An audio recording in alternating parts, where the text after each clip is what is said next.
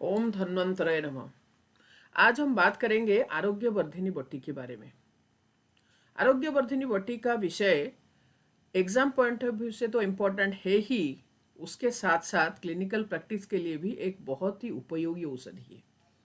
इस नाम से आपको समझ में आता होगा, इसका नाम है आरोग्य वर्धिनी बट्टी, है ना। तो आरोग्य वर्धिनी का अर्थ क्या है ना, जो हमारे इम्यूनिटी को बूस्टअप करता है।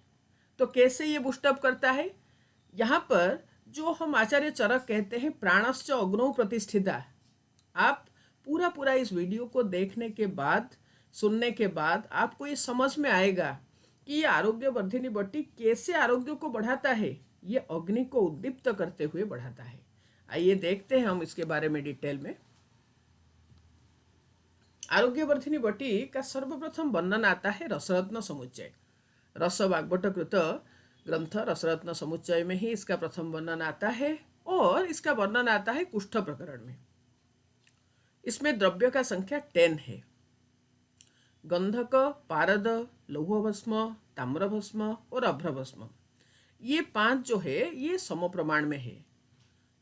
और इसको आप ऐसे 8 एलपीजी करके यहाँ पर हमने लिखे हैं, तो इसके थ्रू भी आप याद रख सकते हैं। तो गंधक, पारद, लौह, ताम्र और अभ्रभस्म, ठीक है। ए फॉर अभ्रक, टी फॉर ताम्र, ऐसे करके दिया है। उसके नेक्स्ट त्रिफला होता है 2 पार्ट्स, 2 भाग में त्रिफला होता है। शिलाजतु होता है 3 पार्ट्स, गुग्गुलु 4 पार्ट्स, चित्रक मूल होता है 4 पार्ट्स। जो 10th द्रव्य है वो है कुटकी, और कुटकी के लिए श्लोकों में लिखा गया सर्वसमा।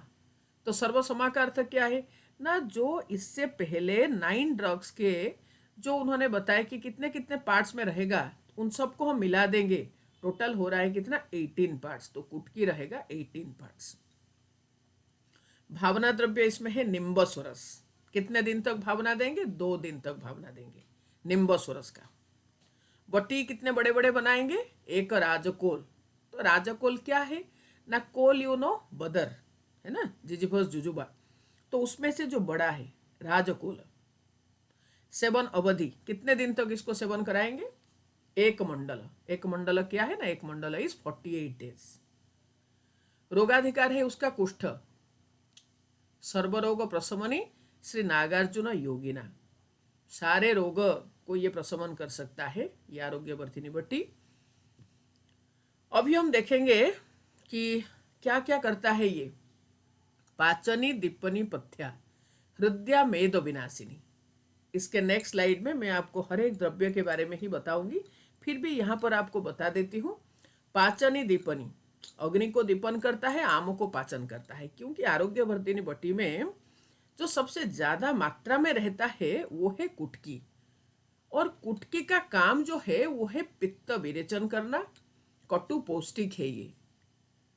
चित्रक रहता है, तो चित्रक का काम क्या है ना, चित्रक दीपन पाचन के लिए बेस्ट द्रव्य है, ऐसे सारंगधर मानते हैं। और आपको भी पता है चित्रक का जितने भी पर्याय है ना, वो सारे अग्नि का पर्याय है। तो ऐसे ही गंधक है, ताम्र है, अभ्रक है, तो इन सब का काम है अग्नि को दीपन करना। तो आरोग्य वर्धिनी बट्टी पाचनी दीपनी, त्रिफला भी अग्नि दीपन करता है।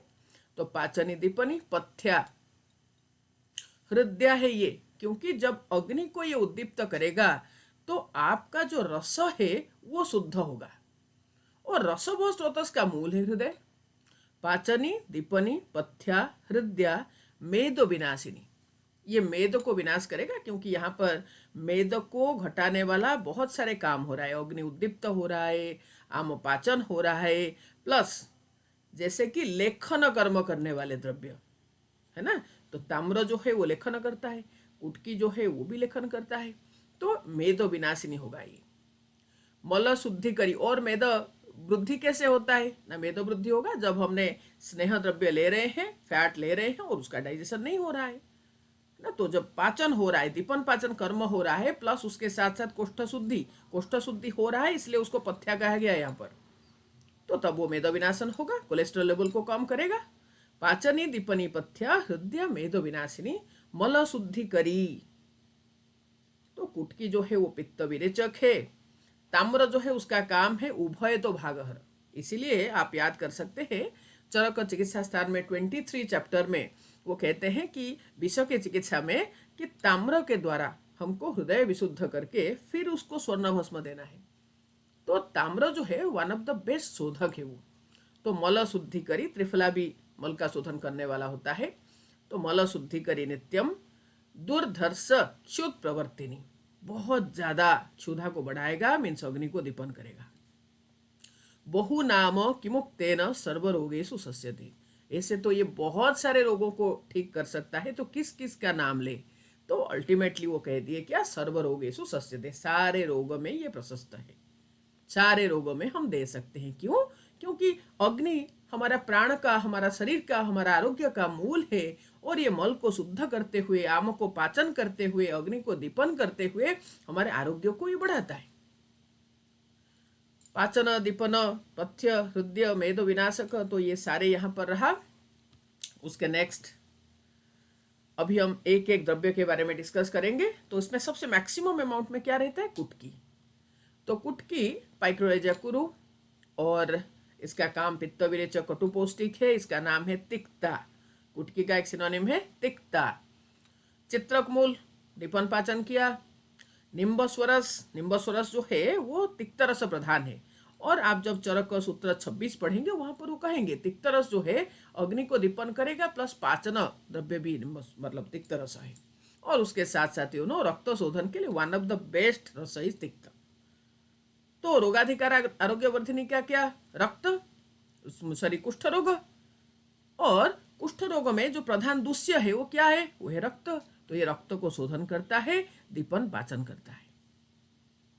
त्रिफला चक्षुष्या दीपनी वृष्या विषम ज्वर नाशिनी। त्रिफला, हम अगर आमलकी की बात करेंगे तो आचार्य सुश्रुत कहते हैं ये सर्वदोष हरा है आमलकी। और हरितकी की बात करेंगे तो हरितकी को आचार्य चरक कहते हैं कि ये पथ्यानाम श्रेष्ठ हरितकी। और त्रिफला, तीनों द्रव्य को हम मिला देंगे तो अग्नि तो बहुत बढ़िया से तीनों द्रव्य अग्नि दीपन करते हैं। अग्नि दीपन करेंगे, कोष्ठ को शुद्धि करेंगे, त्रिदोष को समन करेंगे, प्लस ये ज्वर को भी नाश करते हैं। तो बहुत ही बढ़िया कॉम्बिनेशन है। तो पथ्य विषम ज्वर नाशक है। नेक्स्ट इज योर ताम्र। तो ताम्र है उभय तो शोधन। ताम्र का काम है लेखन कर्म करना। पारद और गंधक, ये दोनों जब मिलके उनको मर्दन करते हैं तो कज्जली बन जाता है। एंड पारद, गंधक, गुग्गुलू, ये सारे बहुत अच्छा योगवाही कर्म करते हैं। शिलाजतु और अभ्रक, इसमें ये भी त्रिफला जैसा ही एक ऐसा द्रव्य हम कह सकते हैं, त्रिफला से भी और पावरफुल शिलाजतु और अभ्रक। क्यों? क्योंकि इसमें लगभग सारे तत्व प्राप्त होते हैं इनमें से, इसलिए ये सर्वरोग हर है, सर्वरोग नाशक होंगे। इवन आप अष्टांग हृदय देखेंगे वहां पर वो कहते हैं कि वस्ति रोग हराणाम श्रेष्ठ शिलाजतु और सर्वरोग हराणाम श्रेष्ठ भी शिलाजतु है। आप रसरत्न समुच्चय देखेंगे तो वहां पर वो अभ्रक भस्म के लिए कहते हैं ये सर्वरोग नाशक है।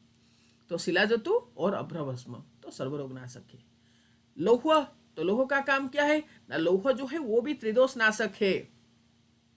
लौह जो है प्लीहा रोग, यकृत रोग, पांडु रोग, इन सब के लिए बहुत अच्छा है। तो इन सब के कॉम्बिनेशन से बनता है आरोग्य वर्धिनी बटी। और ये उसका जो डिटेल में आप जैसे उसके एक्सप्लेनेशन, उसके जो ड्रग्स क्या क्या मिले हुए हैं, उसका मोड ऑफ एक्शन, ये सबको देखने के बाद आप सिर्फ उसको लर्न नहीं करेंगे, you will realise that really it is Arogya Vardhini, the best immunity booster. Arogya Vardhini बटी रोगाधिकार कुष्ठ है, लेकिन इसको दे सकते हैं हम एवरीवेयर। Thank you. जय आयुर्वेद।